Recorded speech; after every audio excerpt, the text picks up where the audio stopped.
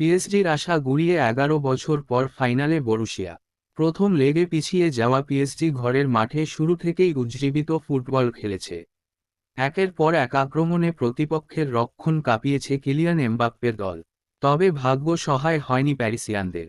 উল্টো খেলার ধারার বিপরীতে গিয়ে গোল করে বসে বরুসিয়া ডর্টমুন্ড। এরপরের পুরো গল্পটাই ডর্টমুন্ডের প্রতিরোধের। আর সেই প্রতিরোধের জোরে 11 বছর পর চ্যাম্পিয়ন্স লিগের ফাইনালে উঠেছে ডর্টমুন্ড। মঙ্গলবার 7ই মে রাতে পিএসজির ঘরের পার্ক দে প্রিন্সেসে 1-0 গোলে জিতেছে বরুসিয়া ডর্টমুন্ড। নিজেদের ঘরের মাঠে প্রথম লেগে 1-0 গোলে এগিয়ে ছিল বরুসিয়া। দ্বিতীয় লেগে মার্কস হুমেলসের গোলে ব্যবধান 2-0 করে জার্মান জায়ান্ট দলটি। 2013 সালে সর্বশেষ চ্যাম্পিয়ন্স লিগের ফাইনাল খেলেছিল বরুসিয়া।